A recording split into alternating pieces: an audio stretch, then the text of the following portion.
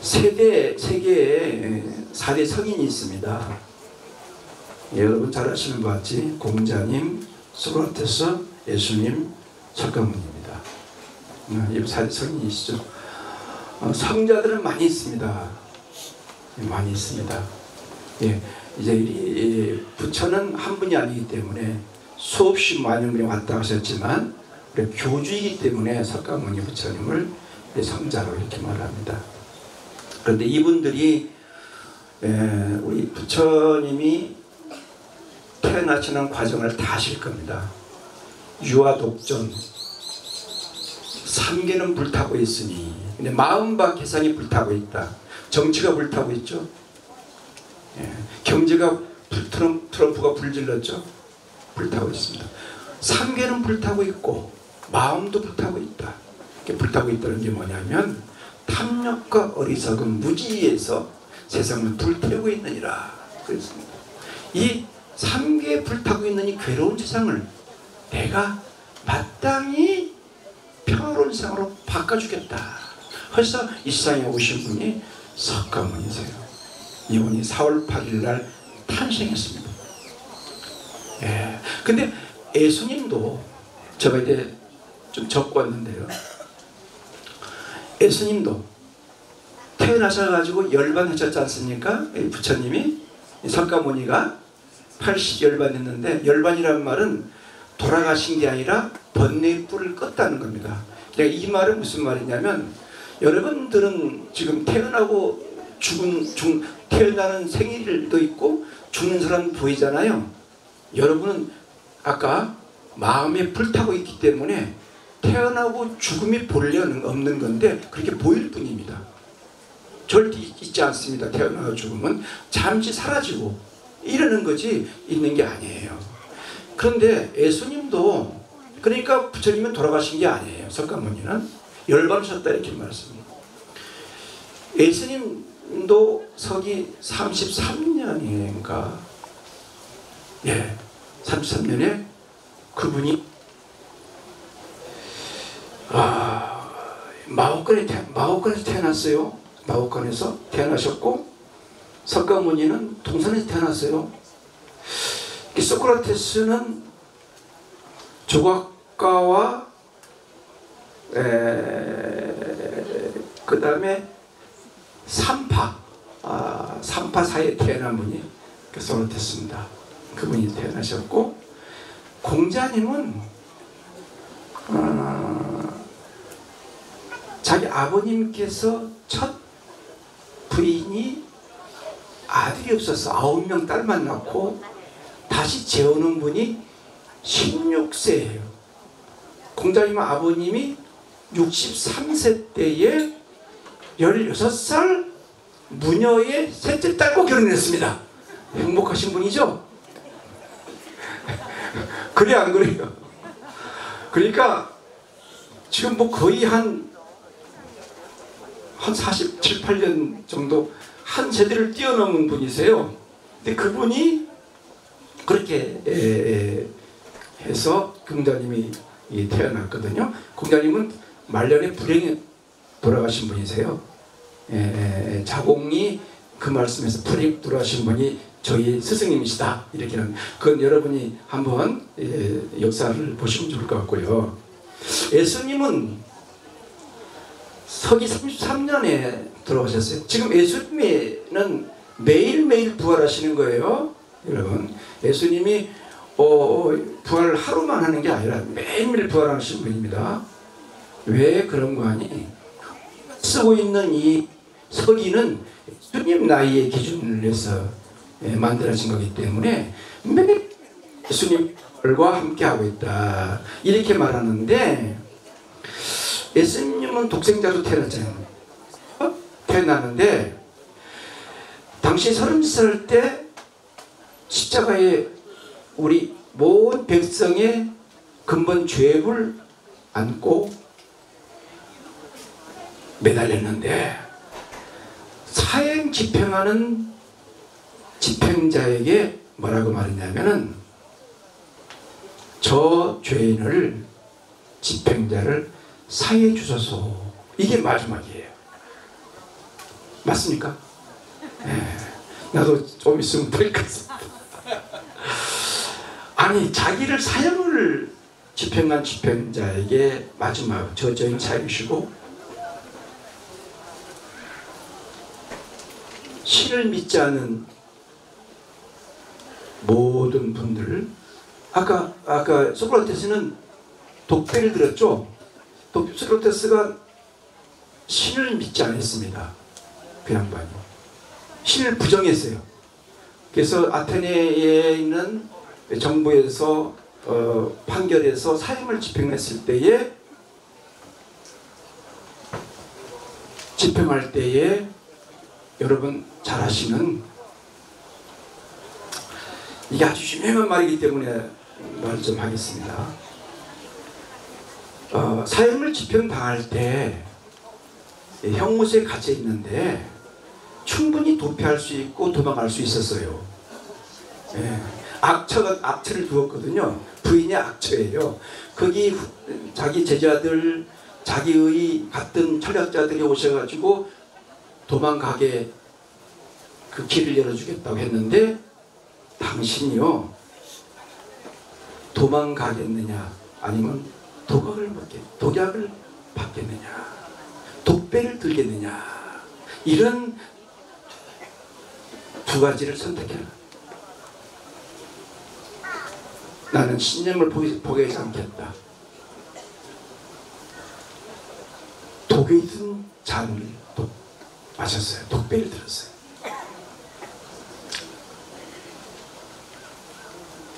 참 이해요.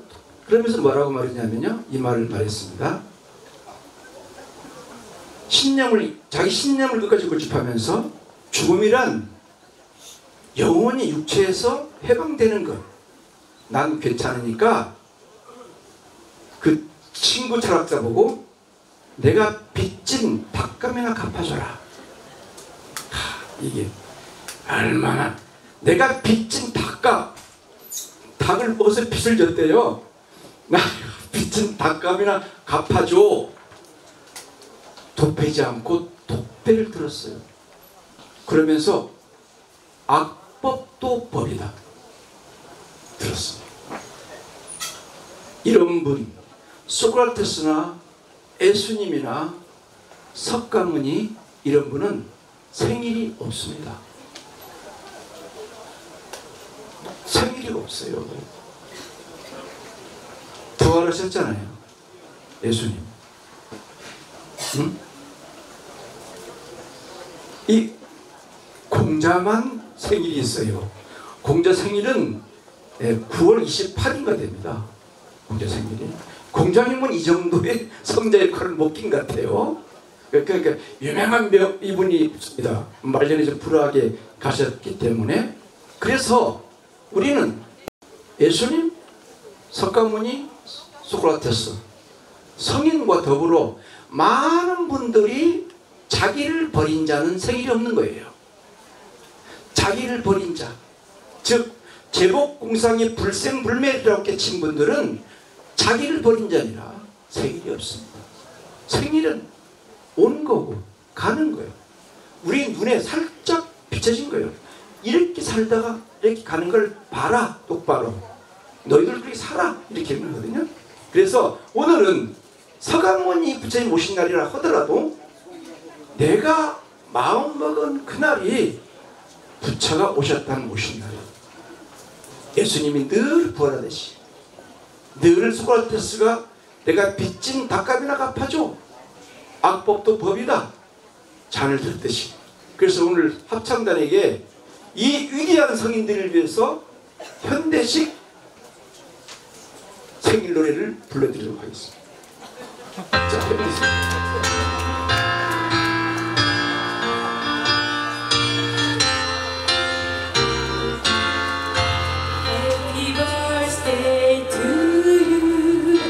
Happy birthday to you.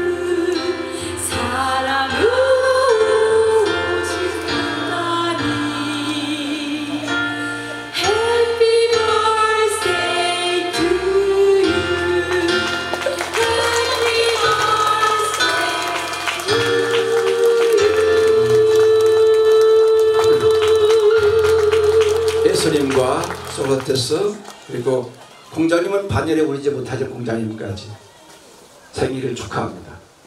내가 이심전심이라는 말이 있습니다. 부처의 법을 받은 가섭존자가 이심전심의 법을 받는 순간에 그분은 한 살이 된 겁니다. 나이는 존재하지 않는 거예요. 나이는 숫자에 불과하다 하는 말이 그 말입니다. 저는 이러한 분을 존경합니다. 여러분 모두가 그러한 분이 될 수가 있습니다. 우리가 예수님이 되고 석가모니 같은 분이 되고 소크라테 같은 분이 되고 공자 같은 분이 되어야 됩니다. 우리는 본래 되어진 몸으로 나왔습니다. 그러니까 내 몸이 무지와 어리석음 삼독에 가려서 자신을 모르는 것뿐입니다. 여러분이 예수님, 여러분이 공자님, 여러분들이 붓다이십니다. 절대 말하지만 왜 붓다는 따르지 않았고 예수님은 부활했기 때문에 가시지 않았습니다. 여러분은 날마다 태어나시는 분입니다. 아시겠습니까? 이 말을 명심하시기 바랍니다. 절이 와서 나는 예수님의 삶을 살겠다, 나는 석가모니 삶을 살겠다라고 생각한다면 절이 곧 교회예요. 교회가 곧 절이요. 성당이 곧 절과 교회입니다. 이것이 종교인을 위한 종교가 아니라 종교를 바르게 실천하는 것들이죠. 이런 분이 되시기 바랍니다. 부처가 마지막에 80세에 그분이 열반했습니다. 부처님께 아난이 여쭈었습니다. 마지막으로 저에게 한 말씀만 해주십시오. 내가 할 말 다 했다. 할 말 없어. 그렇게 했어요. 그래도 여쭈었더니 말씀했습니다. 여러분 스스로 자자, 등불견 등자, 밝을 명자, 자등명, 너의 자신을 등불 삼아서 공부해라.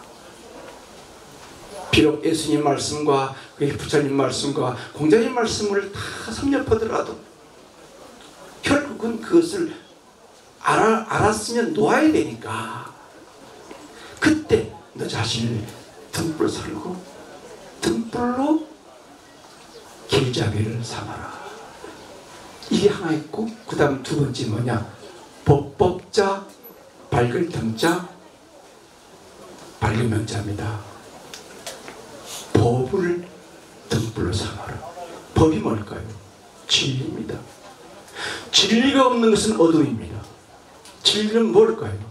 예수님이 저 사형 집행자에게 이 한마디가 진리. 소크라테스가 내 빚 닭값이나 갚아줘. 악법도 법이다. 장렬하게 돌아가신 분이 바로 뭐냐? 진리입니다. 이런 분을 살아야 됩니다. 근데 지금 어떻습니까? 세상이 어떻습니까? 지금 이 세상이 정치를 하고 있습니다. 아까 그러니까 대방에서 정치 몇 분 계신데 말씀했습니다. 예전의 정치인들은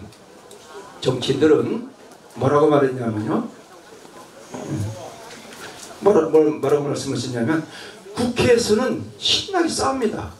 진보와 보수는 논쟁이면서 민주주의의 꽃을 피우는 거예요. 진보와 보수가 치열하게 싸우면서 민주주의 꽃이 피는 거예요. 그래서 싸우다가 저녁 밥 먹을 때는 여야가 어우러져서 아우님, 형님 한 잔 따라 붓고 논쟁은 달 수 있지만 어떻게 인간의 본질을 벗어날 수 있겠습니까? 민주주의 꽃은 보수와 진보가 치열한 논쟁으로. 근데 지금은 밥도 안 먹는데요. 제가 그랬습니다. 우리 조금만 조망만한 이 수미장사를 제가 처음에 와서 제 손으로 읽었습니다.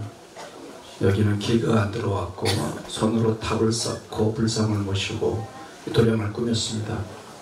상자 보고 말을 하기를 저를 절대 키우지 말라 그랬습니다. 저가 생전에 저를 키우지 말고 여러분들께서 시주하고 보수 헌금 버는 걸 가지고 이웃을 위해서 봉사해라 그랬습니다. 하다 보니까 제가 복지관이 8개나 됐습니다. 예, 운영을 잘하니까 다른 곳에서 운영하시라고 이렇게 하기도 하고 해서 하나씩들이 나는데 전입금을 주려 하다 보니까 힘들어요. 그래 우리 상자가 이제 그만하시죠. 야, 맡기는데 어떡하냐 이랬습니다. 여러분, 저희 절에는 여러분이 순수하게 기도 헌금을 주신 것을 도로 다 사유에 해양하고 있습니다. 여기 한 푼도 저희들이 착복하는 게 없습니다. 절다운 절, 그런 절을 만들고 있습니다. 이 절은 조그만 해도 작아도 알찬 절입니다.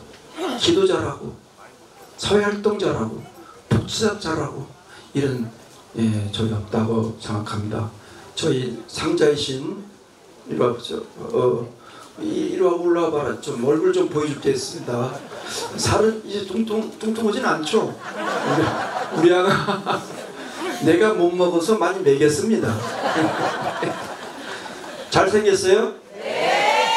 제가 이 명지대학교를 나와가지고 내가 직접 해인사로 데려가서 머리 깎고 해인사에서 5년 살고 유럽 마치고 정말 피구승이 돼서 돌아왔습니다. 여기 이제 살림하는 거 보니까 너무 착하고 당신이 물질적인 야욕이 없습니다. 저도 그렇거든요. 근데 부전자전인가 몰라도 우리 금선 스님도 당신이 이렇게 물질을 취하려는 그런 욕구가 없으세요. 너무 잘했다. 그래야 스님이 되신다 해서요. 이렇게 해서 반듯한 스님이 됐습니다. 여러분들을 위해서 축원도 해주시고 기도도 많이 할 겁니다. 저는 여기에 이제 물이 흐르듯이 때가 되면 사라지는 거거든요. 누구든지 놓을 때 놓아야 됩니다. 박수 칠 때 뭐라 해요? 떠나라 있잖아요. 저는 떠났습니다. 일요일만 와서 부처님께 회개와 참회 살리만 합니다. 회개와 참회만 하지 안 합니다. 우리 상자가 다 하니까 많이 믿으시고 상자를 위해서 여러분들을 좀 마음속으로 기도해 주시고 고맙겠습니다. 감사합니다. 든든합니다. 이 상자가 이러니까 든든해요. 밥을 한 2, 3일 안 먹여야 될 것 같아요. 든든합니다. 너무 이런 상자와 인연되게 해주신 모 비구니 스님이 있습니다. 너무 감사하고요. 비구니 이전에 부처님과 감사합니다. 훌륭하시고 공부도 잘하고 머리도 좋으시고요. 지금 우리 인천의 인하대의 법회라든지 해경청 법회라든지 바쁘게 살고 있습니다. 해성 요양원의 법회라든지 다 다니면서 하는 아주 이타행을 즐길 수 있는 상자가 저희 상자로 옮게 돼서 정말 감사하기 시작합니다. 여러분, 오늘 하루는 즐거운 날이 아니에요. 여러분은 오늘같이 즐거운 날 되려면 예수님과 같이 석가모니와 같이 삶을 사셔야 됩니다. 그러면은 매일매일 부활이요, 매일매일 열반입니다. 따로 있는 게 아니에요. 아시겠죠? 감사하고요. 행복한 올해도 가정에 불운으로 충만하시고 은혜로운 삶이 있기를 기원하겠습니다. 네, 감로본부에 계신 개주 종현 스님께 감사의 박수 다시 한번 부탁드리도록 하겠습니다.